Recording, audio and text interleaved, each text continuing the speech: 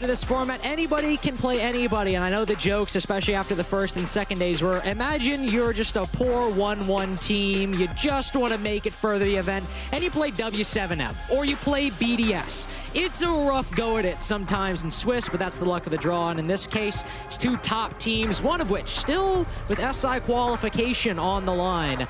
Will decide who moves forward or who has to play for their life. BDS starting out on the defense. This might be where we see some innovation, but BDS definitely the slower, the more traditional of these two teams. Yeah, most definitely, and to be expected. Although I will say that W7M is one of those squads that can have some slower tendencies, but can boil over in the proper moments too. Flores Band out here from BDS, a fantastic operator here on Oregon, as this is a map that rests on a lot of utility, a lot of deployable shields and things along those lines. Dreadnoughts too, we see, or Dreadmines rather, we see those a lot of the time here on this map. Flores fantastic at dislodging those utilities. Follow up with the Ying. Just an operator on Oregon, no matter what team you're playing, can make those attacks a lot easier to work. A permaban, one of the most banned ops in general, but this one in particular. There's been some great talk back and forth between these guys. You guys have been keeping up with the lobby conversation so far. You know, W7M saying they let BDS win Gamers 8, all these kind of things. But, I mean, I was there, Carter. I can definitely tell you BDS was no slouch when it came to that event at all. But now here we go. Get in with this last ban here. Flores and Ying removed for the offense, making the most amount of sense when it comes to Oregon, or really anything when it comes to execute-wise. When you know, you look at Ying, Valkyrie, and Mira actually going to be the defensive bans. I feel pretty traditional here with the Mira Valk ban. It leaves Solus, it leaves Azani and Fenrir up, as you were talking about earlier. So a lot of those new oppressive defensive operators will be in play and at the disposal of BDS. But with their lineup at the moment, this is about what you would expect from a basement lineup. You've got the Warden on Shaiko, of all players as well, to hold down any power position. Pillar, Laundry, any of them will be great with this guy with the MPX 1.5 in hand. Then you've got the Vulcan packs to delay time, the smoke canisters to delay time, the magnets to deny map control. This is basically what you would want from a normal default basement setup. Feels like we could potentially be getting some roam here as well, as BDS are not going to be playing elbow. There's no deployable shield in their lineup, so it's not really a great spot to be. You might still be willing to open it up and try and swing off of it, but going to require some more aggressive tendencies. Also, no Jaeger in the lineup, but they will have Wamai, so just have some discs to be able to spread throughout this basement and make it toward these throwables. Won't have nearly as much impact, at least at the start. Always important for that pillar position. Philippox on the Amaru. Some people wonder why Amaru on the basement site. Well, he just wants to take quick control of back tower, plant the flag on that part of the map, and speed up W7M's early round on a site that often needs as many seconds as you can get. You'll open up those hatches for the entire mid-round just to come up with an idea or give yourself some options for where you want to push later in the round. So if you can shave off a few and allocate it elsewhere by putting the Amaru in big tower, you can do it. There is one defender, though, playing off of the site. It is Leaky Fac all the way in dorms, where W7M have already moved down to the first. Yeah, I love that BDS sent everybody up top to be able to assist with this full roam setup. This is honestly beautiful because it makes it to where W7M have to try and respect this roam game. JV moving in. They still have a logic bomb, but should be a fairly straightforward affair. But JV92, that's a crucial shot to miss as the drone floods in on EFAC's position, but he should be dead to rights. KZ's going to choke on that one, Carter. Thank you for that audio effect, as that was exactly how I was feeling about that one as well. Oh my lord! Guys, just stop it. Just stop it. He's a fucking, or he's a demon, apologies, with the SMG-11 there. That was disgustingness out of EFAC, because we'll be able to take him out. Disgusting stuff. 4 down already, as it'll be Filippo to try and pick up the pieces here. Just ridiculous shots from Leaky Fac. Caught me completely off guard. I mean, we had everything right there. Close quarter engagement, hip fire headshot, long range engagement with the SMG-11. everything from BDS, and a 4K in round one. Well, Leaky Facts certainly didn't show up in the game against GK yesterday, but against W7M, the reigning major champs, that's worth a little bit more effort. Oh my goodness gracious. A triple kill out of him with that SMG-11, dude. Just rocking the socks off of every single one of these W7M players. A 4K for him in that round. Kids Dorms is going to be the very next defensive site for BDS, but I mean, it's really just EFAC that was able to just go demon time here on this entire roam game, and you can see why BDS had so much confidence in allocating all of that utility up top. Well, if BDS players can go toe-to-toe with some of the best W7M have to offer, Herds, KZ, this will be a very, very good start. Basement 1 without even needing to worry about the anchors on the bomb site. We move up to Dorms instead, where Leaky Fac, what he brings to the table isn't necessarily going to be the SMG-11 this time. Those EDDs, if they can stall time for W7M's attack, can always hit you in the ankles when you need them, not even to be a factor in the round, but they'll often creep in there. And with the setup BDS are going for, they're hoping that Trophy Shield will do that very thing. Stall out enough time to make those EDDs impactful in the late round. Yes, indeed. Traps allocated as well. Now the discs here too. I like this addition of a lens with the laser gates as well. Aruni always very solid, especially when it comes to the master bedroom position. And as you can see, those lit up there. EFAC, gotta go for the swing here. Don't make me say anything I don't want to this time, okay? See, has one on that far side, Carter. If he wants to get overly aggressive, I mean, yeah, he can go for it, but I highly doubt we see something like that. I think he's just gonna try and coexist as long as he can over here. There it is. Oh, KZ just slips in the window. Tags him up to 50 HP, so worthwhile effort for a position that W7M simply cannot trade or cut off at the moment. You wish you got more, but you'll be happy with what you've had. Trophy Shield completely vacated by BDS, though. It'll be a false position at this point. All the utility doesn't matter. Herds can just walk on in. Those EDDs, man, the closet. The classic one right there. You never check it, and you always hit it. Yeah, that's a key thing right there. I gotta make sure the drone works are able to find some key pieces of utility. Shaiko going to find a key kill as he'll take down Herds, and it's been so far so good for BDS's defensive setups as they've been able to thwart W7's entire game plan on a round-to-round basis thus far. I do have some bodies down low. They'll be able to pick Nade back up as KZ will be quick to adjust up top and be able to pick his friend back up into the land of the living. Issue is now, though, some low HP bars over on W7M's side, although Shaiko quite low, too. Some impacts, as well as I do believe a grenade out, but haha, very old trick coming out here from Renshiro. The impacts on top of the fan inside of Classroom will be able to get one. EFAC will take down Nade as well, and W7M cannot get a single thing going their way. A 5-0 for Leaky Fac up until this point. The rest of his team only has 2 kills combined, but at a 5v3 currently, well, it doesn't really matter. Very easily a 5v2 with KZ on low health. JV92 will hop in, but that well-timed nade by Felipox makes it a little bit more manageable, but at the end of the day, BDS have been far too solid these past 2 rounds, and Leaky Fac still without a death. The French powerhouse showing why they are so unbelievable at this game. They have a full trust in this defensive setup, able to play things to their absolute limit, finding some very big moments, especially on that roam down low, especially out of Shaiko. W7M not able to even hold a candle to BDS's light so far. For both these teams, dropping down to that lower bracket is not a spot you want to be in. BDS need to make top 4 to make SI, and W7M want to defend that trophy. So this best of 1, even though both these teams can certainly perform in a best of 3, if BDS keep running up the score and put W7M in danger of dropping down to that lower bracket, it'll be an uncomfortable position for either team with so much on the line. BDS have certainly come to perform on these defenses, but with the primary bomb sites won, we move to the tertiary, meeting kitchen or kitchen dining. What if BDS chosen? Well, 10 seconds. the lesser chose option, at least for us in North America. Kitchen and dining will be on the cards for BDS, and if they win this, it's looking quite good for their first half. Yeah, pretty worrisome for W7M if they're able to just pull that off too. EFAC looking for the early swing, but not capable of finding anything outside, mostly because W7M doesn't even give him a look. So ready to go. I'd be happy about that one for W7M's sake. So they're going to try their best to work things in from small tower. They have the blitz to be able to try and propel themselves forward, especially around the shower position. That's going to be quite useful. But have to try and carve out this tower player here, as it's going to be none other than a Lem to try and hold back W7M for the time being.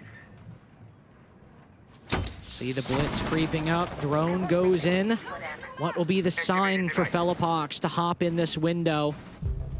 First kill goes W7M's way as Nade's able to shut down Shaiko. KZ put to lower HP, but W7M have got an advantage, one they desperately needed in round 3. Fellapox puts a bullet right through the brain of Alems. And it's so strong of a start for W7M, you might very well forget that it's 2-0 currently. At least able to get the clear of the tower to go off without a hitch, but now this is where things become problematic, but they've been able to kill the biggest benefactor to this push here, which was BDS. They know that EFAC has to swing off of this, and a beautiful discovery there from Nade as W7M are finally able to get around, although off of probably the worst site in all of Oregon. That is true. They've been able to get. I didn't want to say it, but I had to. But it's fair. I mean, it's the tertiary site that if the attack's going to get a win in theory, you can think about that on many bomb sites that that's the pattern. But on this one in particular, dorms, strong. Basement, even stronger. But meeting or dining, that's a bit more workable for the attack. And for W7M, they were just holding out until they got to that third bomb site to show what they can really offer. Now that they've got the momentum going into round 4, they know what they can do when their coordination works, and they've also given LeakyFac his first death, but more importantly, they know what he wants to do, or wanted to do at some point on this defense. Go for the solo roam on the top floor, and I highly doubt we see W7M make that same mistake again. Hard to say. EFAC has had a heck of a game so far. Only 3 rounds played, 7 kills to his name. Really haven't had to call on anybody else just yet. Lem's obviously showing up to the party in a certain way, and Shaiko with a nice find in round 2. But now on to round 4. W7M changing a couple of gears here. We'll have the Selma-wielding Ace out, as well as Maverick to play. So should have some hatch play around this here quite soon. But you can see BDS holding on to things in similar straits to what we saw the last time. It is going to be a little bit of a different roam here. Really curious to see where we have EFAC this time around, because obviously he's not going to be starting things off on the top floor. Oh, it's going to be a shell setup. Okay, awesome. So they've dedicated some reinforcements up top, a couple things around the area, but it's basically made it to where they can try and falter back a little bit later on. They've shown pressures towards W7M. This is going to force them to try and clear out this whole map. That's why you can see this positioning of Herds here. And that's the benefit, especially of LeakyFac going so big in round 1. It'd be one thing if they left a roamer up top, but he only got 1 kill. A 4K throughout the whole round. They really want to make sure that LeakyFac is not on this position. So a strong strat from BDS anyway, but because of the psychological impacts from round 1, likely even stronger, as opening up these hatches for a lesser team, it might even be a minute away. But for W7M, they're already looking towards the meeting position.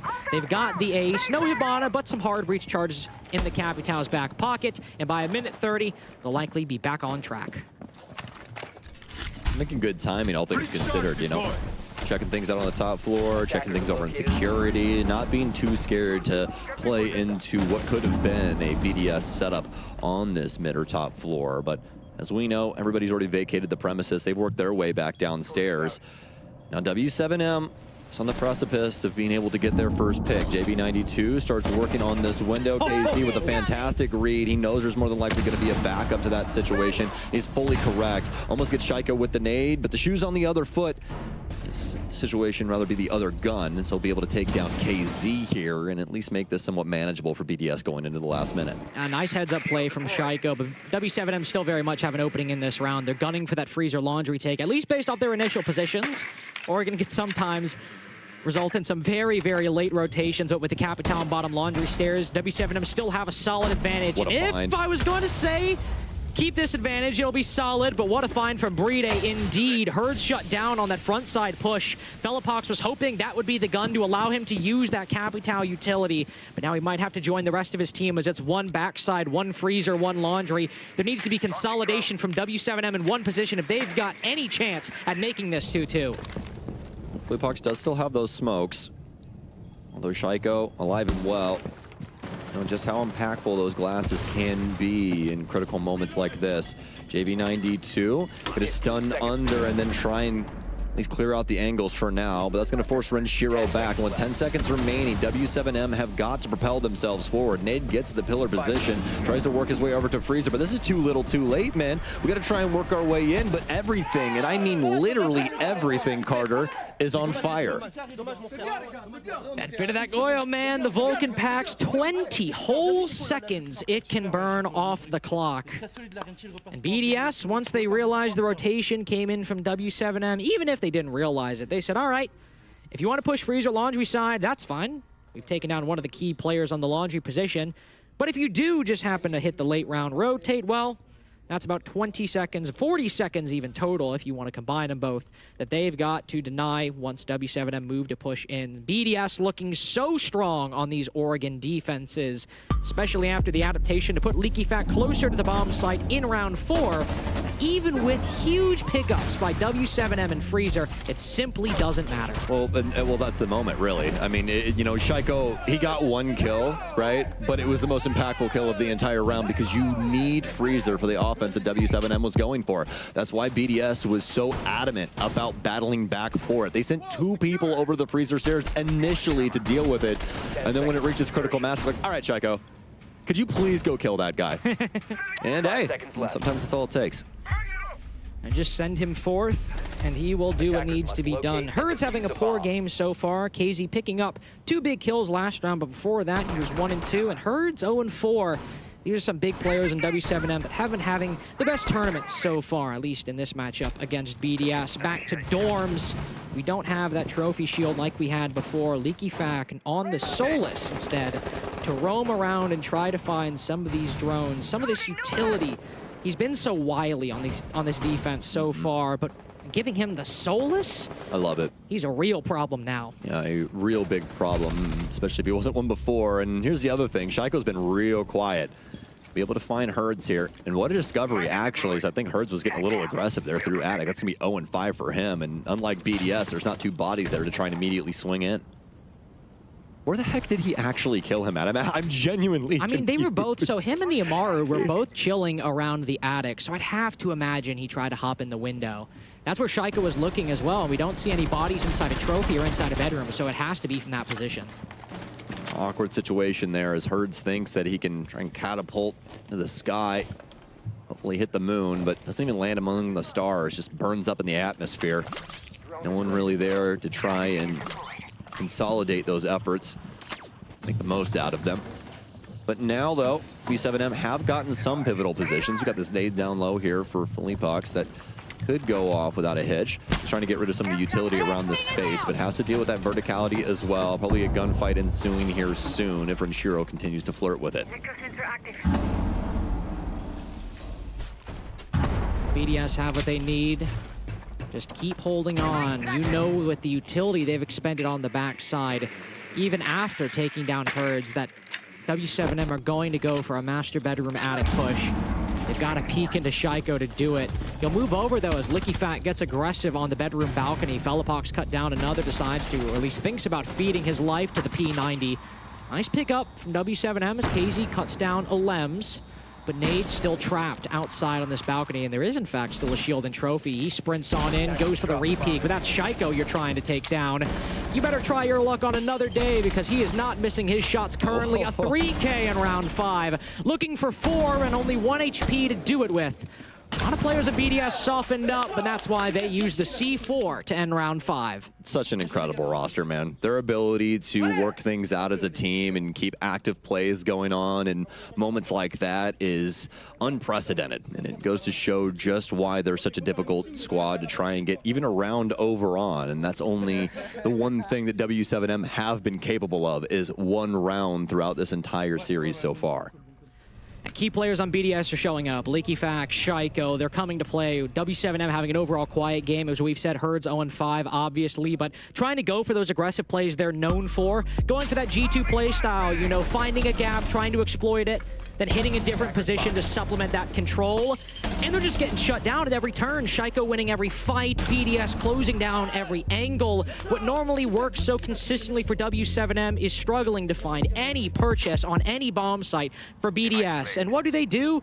The one round they dropped, they go to the different tertiary bomb site. One they haven't defended yet, but one still that is unproven for W7M. Yeah, one that probably a lot of people around the globe when it comes to Rainbow Six Siege would say is arguably better than the one that they played previously, strictly because you can play things just a little bit differently. You know, you don't have to try and hold things over in small tower, first of all. You can play things a little bit more tight-knit inside of the kitchen space, which makes it a lot more difficult for W7M to try and muster their way in and elbow out a couple of these BDS players to try and find a safe haven to plant. Usually when it comes to this offense, you're looking towards the stage side of things, but let's see what W7M's opinion is on the situation.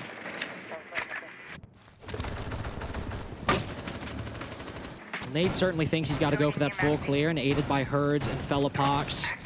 He'll try to smash this Azami playing inside of the top floor. There's a Fender watching the dorm's window as well, but Herds shuts him down. A nice first pick, both for him and in this particular round. Ranchero shut down behind the pool table, stuck in place. Liquifax able to get the trade thanks to that C4. But are W7M too focused on different positions? The Dokkaebi call goes out, and with Liquifax falling, that's a great reaction from Nade. Both tertiary bomb sites have been dominant starts for W7M, and it seems a 4-2 is inevitable. Very strong clear from them on this top floor. That's partnered with some nice shotgun plays there from KZ. We'll clear out everybody, scoop out the players on the top floor. It's up to Shaiko and Brede now, which actually Brede has been able to exist inside of Attic here for some time.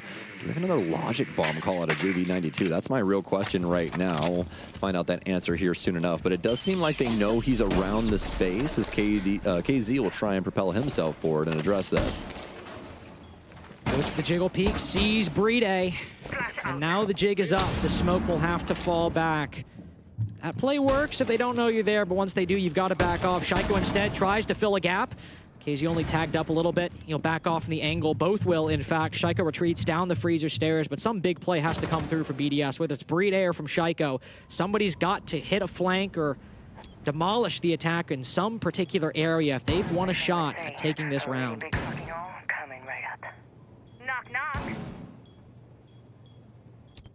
Be a slow broil here for W7M as they do not need to strike too quickly. They want to make sure that they know where these two players are. Shaiko doesn't have a nitro cell in his back pockets. Don't have to worry about that, but definitely have to worry about their timing when it comes to Brede's utility. Those toxic babes can do a pretty bang-up job of keeping things locked down, but Shaiko's going to give up the goods. Stuns out for JB92 to try and lock up the kitchen hallway, and the plant now going down. Has the angle. Brede doesn't have the shot. It'll be JB92 instead to close it out for W7M. And with all that action on the defense and the attack, we just end up at a bog standard 4-2 half, as you would expect. 2 tertiary bomb site wins for W7M, but BDS on every single front, shutting out what the attack could offer. Still would like to see some improvement on some of the performances for W7M. Herds especially, considered by many to be one of the best players in the world on his particular role. I mean, KZ as well, everyone on this roster, honestly, is in the conversation for some of the best at this tournament. And it's a very quiet start. On Oregon attack, sure, but still, we want to see some more from the defense if we want this to be a close game. They'll be able to go down to basement first, of course, and maybe hopefully channel some of that energy, some of that mobility we saw on those tertiary bomb site wins. Now, things have been pretty quiet for W7M, and that's been a very big problem because it's essentially created a BDS highlight reel from the very beginning. I mean, it was EFAC for 2 rounds, and then past that, it was really everybody else picking up the pieces. He had to show up every once in a while to get some kills. But Shaiko wakes up, Alems and Brede also get some kills. Really just Renchi that was chilling out and just doing his tasks around the map, not able to really achieve too much in the kill department, but why would you when EFAC has 9 kills on one half? Yeah, he's making up for it. He's making up for it and then some. Especially after that monstrous performance in round 1. But now they switch and Liquifax on his most famous role. Not operator, but role. Because you can play the Jackal, you can play the Nook, but if you have Liquifax on your roster, you gotta let him lurk. Gotta let him play the slow but aggressive game to find a clear path through a certain part of the map and then maybe rip open a hole in the defense's lineup. KZ a little different. KZ likes to get in their face. He likes the attack to know where he is and dare them to come clear him lest they take a gunfight that doesn't really favor them. He'll be in the same position as Leaky Fac from that first defense. I have to imagine in a much more aggressive stance. Oh. KZ will be able to take down the biggest problem that's been presented to them from BDS thus far. Also looking to try and take a fight against mainstay operator here for Renchi, one that BDS talked about a while ago. They just like slotting this in every once in a while, and that's exactly why. What a discovery here. And so he'll be able to use that sniper to its fullest extent. He'll take down KZ instantaneously. Reloading. And the potential time wasted from KZ's survival on that top floor will not be realized as he is traded back. Still a nice pickup for KZ, still a lot of focus dedicated, but Renchio was really the guy to deal with it. The rest of BDS have been going about their clear, but the rest of W7M are more than capable of getting these kills. Shaiko pops in, blinded by the Dread Mine, now has to back off. Those flashbangs went in to deny Felipox swinging the angle and to allow Shaiko to make that very play. It's a good utility placement by W7M to stop what very well could have been a huge start for BDS. Now only, though, minute 15 seconds remaining. All BDS seem to have are these little lurks, these little micro plays. There's nothing from the whole team just yet to move into the bomb site. That's a big issue. They don't have the map control under their belt. They still have to worry about people in split, and that's going to be the case down as BDS tries to sprint through the map. Renchi will drop into pre-fires here, but not very many bullets left inside of that secondary there. Tries to hit the quick scope onto Herds, but it'll be a double for him instead, as it's all down to Shaiko, who's been locked out of the construction side via smoke. Those toxic babes constantly making it so very difficult for him to try and push forward, and a lot of people trained on his location. The Barb, now he'll be able to find one, has 10 bullets still inside of this ARX, so still capable in the moment. So we know Shaiko is usually good for some pretty insane plays. He'll work his way around to the freezer hallway. Won't be able to find that very impactful kill just yet. It'll actually be JV92 with the Bailiff. We haven't seen a lot of Bailiff kills this LAN. Shotgun buff, man. Worked out for the Bailiff. I bet Young really wishes they did that earlier. And unfortunately, after his time. After his time. After his time, indeed. Good defense from W7M. A little bit different methodology, as the only aggression from BDS on their first bout on basement bomb site was entirely around Leaky Fac, and that was it. And to be fair, he went huge, but everyone else was on the bomb site. This time, there's a bit more layers to it from W7M. You have KZ in the same position, but you also have Herds playing in split. Banking on KZ, wasting a lot of time, taking up a lot of attention on the top floor, and then that might leave some gaps in BDS's mid-round, and he ends up finding one on that split doorway. And thanks to that kill achieved by KZ early on, it would all started off favoring W7M, and thanks to it, it never really left their control. Yeah, most definitely. W7M with a very smart idea as to how to hold on to this map control and keep this roam consistent. BDS not really having a solid answer to these holds across the map. Yeah, Renchi's eventually able to get KZ, but the deed had already been done. Alems and EFAC down. Nothing really more to be said about that. Is BDS just simply have to try and throw it into sight and hope it works. Attackers are heading out to defuse a bomb. And now that W7M wins that defense, we might just have a contest amongst these champions. Might just have a fight. It won't be BDS just running away with it after a 4-2 half. W7M are here to play. Herds even starting to pick up the numbers. We'll have to see what he builds with a little more. Renshiro running the Kali a second time. We know that locking down flanks with that sniper can be powerful. I mean, he outgunned K's with one singular shot to the face. And in a similar position, he might have the same luck. Again, we know that BDS like to slap Renchi on this op. Have him mull about, especially on a map like Oregon, like you were saying. Fantastic angle holding operator, and there's some considerable angles on this map, including the one that Renchi is holding on to right now. A pretty deep cut over towards the kitchen area, and could be a big use here as JB92 is locked up inside of shower, so he'll start to move his way back and apply another keep barrier over towards the white window. That'll allow him to rotate back upstairs. W7M have done a decent time of wasting time the initial part of round 8.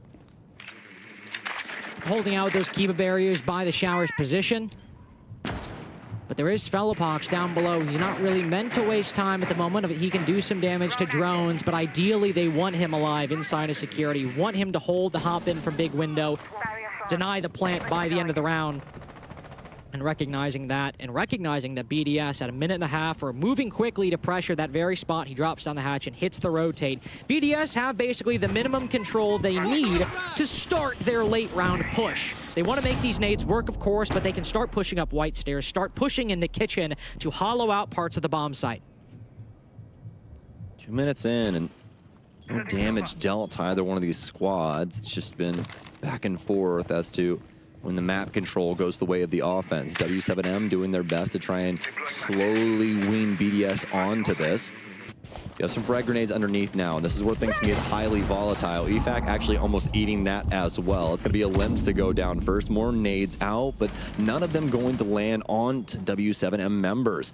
They're actually still rotating around this map too. You can see Felipox trying to get dirty with things down low, but like that, it's going to be KZ actually to falter. Shaiko will be able to find him. Finally, the execute's starting to boil over, but BDS, they are immediately turned into mincemeat. Immediately when they dawn the door. Back to 4-4. Advantage completely erased for BDS. Both teams have a bit of a roam game, a bit loose, but it's every single time. 8 defenses in a row, it feels like, save for the 2 won by W7M on their attacks. Every defense other than that, it has been the site setup that does the talking, the angles held within the bomb site.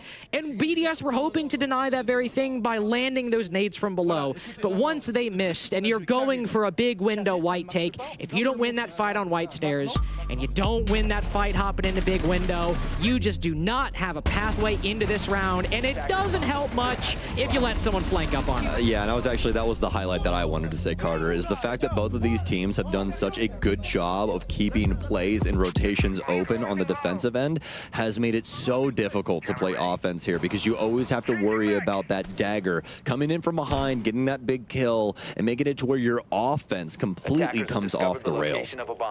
10 seconds to go. We'll have to see if BDS have an answer for that. No tactical timeout has been taken on either side up until this point. Both coaches very happy with how the team is approaching situations. Maybe we'll see a change if JV92 is able to find another gap in the attack setup. Pretty even effort from W7M across the board. Everyone slowly but progressively rebounding from some poor performances on that attacking half. It's to be expected on Oregon. But if we really see some players heat up for this tertiary bomb site, a 5-4 is a big possibility. It's something W7M are desperately desiring. Herd's actually inside a big tower at the moment, prone on the top floor. You know BDS are going to at least clear this at some point. This is not going to be left behind shortly.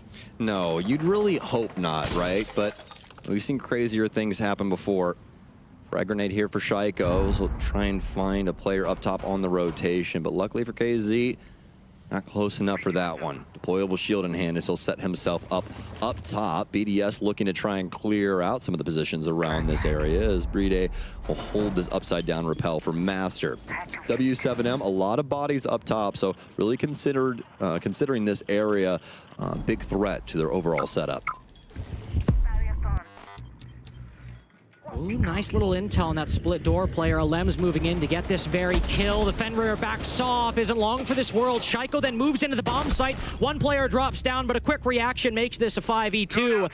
BDS looking to repeat W7M's luck on the attack. Dorm's basement, maybe a little too far away, but the third bomb site, the lesser choice of the two, that will do. That will do surely. Herd's looking to retake on the top floor. Renshiro, a position we've seen him countless times, all the way back holding the big window. Herds knows this fight to be a good one to win, but it's simply too tight of an angle. Put to 50 HP, Shaiko putting Felipox in the grave. The bomb now being put down. Herd's still struggling to find this one kill. LickyFat goes for a bit of a heat check, unfortunately, but he's stopped on top of the white stairs. What is Herds to do at this point? A position that could be so powerful depending on the circumstances, but with no teammates to rely on, nobody to hold down the bomb site, and now on 1 HP, BDS have surely retaken their lead. Well, for now. For now. Neither one of these teams really capable of getting anything over on a tried and true site just yet. BDS will be looking to do that in the next round, more than likely what Herds and the rest of the team is talking about right now, as he knows that he doesn't have an opportunity to try and work his way back into this round, so much more use it as a pseudo timeout for the team to try and discuss things. Very well done from BDS as easily work their way in from the split side, get some big kills and this plant down to be able to hold things out from lobby. But as you pointed out, though, 5v4 for now, but a lead established for BDS for now. If both teams can only get wins, if both attacks can only get wins on the tertiary bomb site, we are destined for overtime. It is unavoidable if neither team can perform better. If the defense can't win the tertiary bomb site once, or if the attack can't win a primary bomb site once, we're going to overtime, and it could be decided just by who starts on the defense. So whether you're W7M in the next couple rounds moving to meeting hall, or if you're BDS right now attacking basement, somebody has got to break with the trend if this game is going to end in regulation. Well, you said it. Something's got to give. Really, what is it? That's what we got to find out at the end of the day. It's going to be a switch up over to the Ram, of all things, here for EFAC. Don't really see how that's going to work out too much for him on this basement setup. But, hey, crazier things have happened. Might be considerable when it comes to clearing things out from the very top floor, as there is some verticality they can utilize to try and influence places like kitchen or a couple other areas around the map. But also dictates that W7M is going to need bodies around that space. Also, do remember that those boogies can handle things like deployable shields. And it's going to go down here. That frag grenade should be able to pick him up, and it will. Good little early find from Shaiko. You're not going to be mad about that at all. If we wanted an overperformance, it's this one right here. Smoke taken down in bunker. Somebody forced to retake that position if they want to even get close to what you could achieve on this basement setup. It's got to happen. BDS have that advantage, and we're seeing what the Ram is for. It's not for that kitchen. You can break open these barricades instantly, and he'll throw that boogie in, immediately move underneath the default camera. But Herds expects it. Herds is watching the angle. Leaky Fact doesn't die, but he doesn't have the surprise factor anymore, and instead it's actually Felipox sitting on top of the back tower stairs on the landing at the moment. Leaky Fact is so focused on the player playing around that first floor landing that as Felipox moves down, W7M claw back that advantage, but Shaiko realizes the moment, seizes the opportunity, keeps BDS in control of this round. Lem's gonna get tagged up too. JV92, what a discovery onto Shaiko, and Felipox will nip it in the butt as well. It's down to Brede and Renshi. This might have been their best opportunity to try and win one of these mainline sites, but this has quickly been swept under the rug by W7M and some hot guns. Oh, now Brede just completely shut out of this round. It seemed BDS might get match point. They might be able to end this in regulation, or at least have a chance at it. But no, for the moment, we are still right on track. The train is chugging along, right with overtime at the end. Might have to stop at a station for a split second. W7M, the gears rolling yet again as we will be powering our way through Oregon. BDS with some very considerable additions inside of that round, able to find some kills. Don't exactly hate the play that they went there for with Ram, but I mean, definitely does feel like you could get some better value inside of that slot, but it is what it is.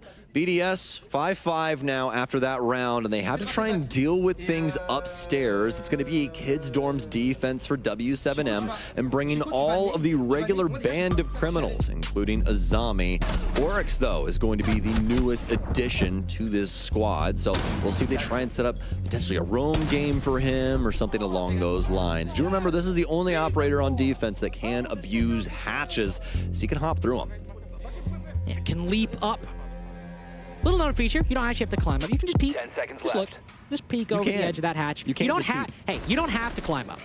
5 It's up seconds to to you insertion. ultimately. However, you can't shoot back if you're just peeking, so it's pretty easy to die. It's But honestly pretty risky. it is pretty risky. There's not a huge use for it, but you can climb up those hatches, and that itself is very useful. Speaking of actually useful operators, of course, we have that Azami, as you mentioned, but Herds has really picked up the performance since the attacking half. 1 in 6 going into the swap, having died every round. Since then, he's 7 in 7, having only died a single time. Herds still very much a factor in this game for W7M, and KZ with that Oryx, he might just make a lethal roaming combination, and that's not even talking about Felipox with half the bedroom wall open to get aggressive against Shaiko on the balcony. Yep. This goes to show you how impactful the defensive side is here on Oregon. KZ More so Herds not really able to show up in a considerable fashion on their offensive set, but as soon as they're able to get the reins to the defense, things looking a heck of a lot better. Fleetpox trying to stay par for that course as well, so light up EFAC here. Tries to get rid of some utility, but Fleetpox isn't ready for anybody to be holding the breach there. He tries to slam the reinforcement down, but it's going to be an immediate trade with EFAC and Fleetpox. Yeah, JV92 just sneaking in there before Felipox gets taken down, finding one. Herds now positive for the first time in this series, 8 and 7. Able to keep Shaiko away from the rest of the defensive setup. As big a pickup as pickups can go. W7M maintain control entirely of the top floor at the moment, and Herds is not letting anybody regain any bit of momentum. BDS, this is where things start to get a little worrisome. If W7M are able to put something together on this next defensive round, then this might be it. But BDS now, he's looking really dire, especially after that shot from KZ goes off without a hitch. Bride has to try and work his way in from this master balcony. But where's Renshi? That's the real question here. He's going to be on the far side as Bride gets tagged up. And Bride shoots back too, but might be the worst situation for him there, as it's a trade. He gets the kill, but he also gets downed. The burden of being in that disadvantage, you can hit a nutty shot like that and still be revived, as Renshiro has plenty of time to rotate over and pick him back up. That will waste a lot of time and force Renshiro out of position. This Kali is useful over by Big Window because of the long lines of sight you have, being able to sit outside while still looking immediately into dorms. Rotating over here, he's got to use the SMG, which is still a decent gun. But is it going to be better than the T5 or the 9mm, especially when JV92 sees him through the feet hole? No, it will not, is your answer to that question. 6-5 now for W7M, but we've won both primaries, Sam. We know what's next up, and we know how W7M have played it previously. Yeah, it's pretty worrisome right now for BDS, given all the circumstances, especially with W7M's last 2 rounds here and their ability to reinforce the areas of the map that BDS are looking to try and garner control over, right? You see BDS try and make these clears, try and start applying pressure to some of these W7M players, but it's just not going off the way that they want it to. Yeah, Shaiko's 13 and 17, but he was one of the main, beneficiaries of the plays there from W7M. He tries to blow things up, immediately get inside, but W7M are really the ones that gifted a very graceful situation as they're able to take down some of the key factors from BDS's offenses.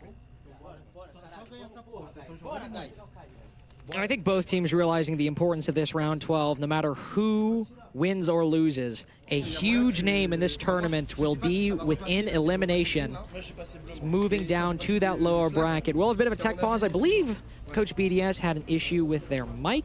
I don't know. That's not an admin call. That's just me like vibe checking the stance of the BDS coach. Oh my gosh. Didn't know you were clairvoyant. Well, I mean, listen, like, you see him go to talk, the TAC timeout's called, you see him go to talk, and then all of a sudden he's like, he starts tapping the mic, looking at the admin. It's like, all right, I think I know what's up. I might not. That's why I'm not an admin. That's why I don't have that special power. By the way, both teams realize the importance of this moment. I think that's why the 6-5 tactical timeout call came out.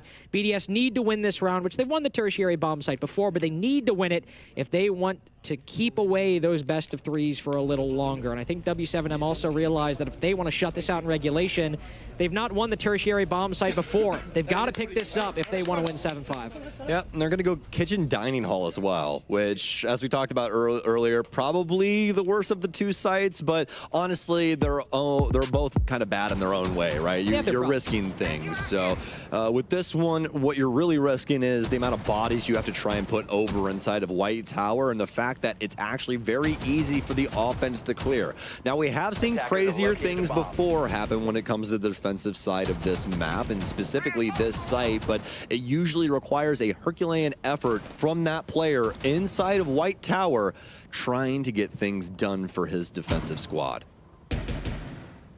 10 seconds remaining. All right, round 12. If you wanted anything else from a game between BDS and W7M, you're just kind of weird, I'm not gonna lie. Attacker's objective is to defuse a bomb. The full distance, overtime or regulation, it was always required.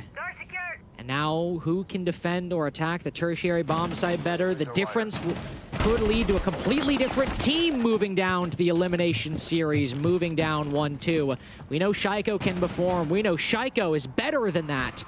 And the rest of his team is putting up okay numbers, but Leaky Fack has quieted off quite a bit those first couple rounds. And he certainly won't have an impact in this one. Oh, he tried for it, huh? That's a Nook special right there. To work his way in from construction, but KZ, all the way in Narnia, will be the first one to be able to pick up a big kill here, and this is what they needed. A lot of big moments. Shaiko will be able to take down Herds, but KZ gets yet another one as he'll take out Renshi. And BDS, this is starting to become worrisome, and we've only gotten through the first minute of this round.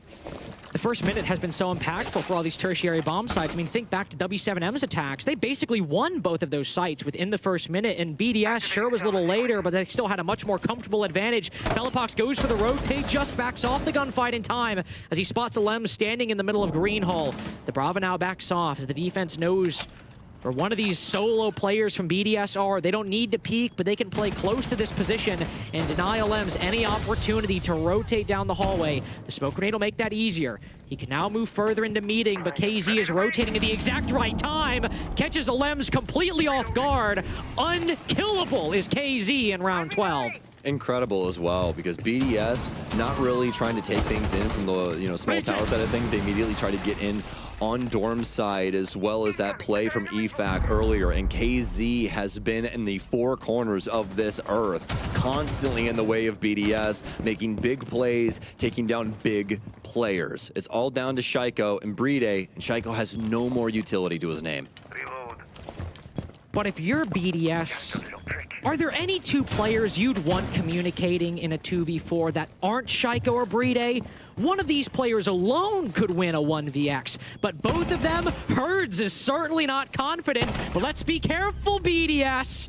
Let's not let the all chat dictate the pace of this game, but it will.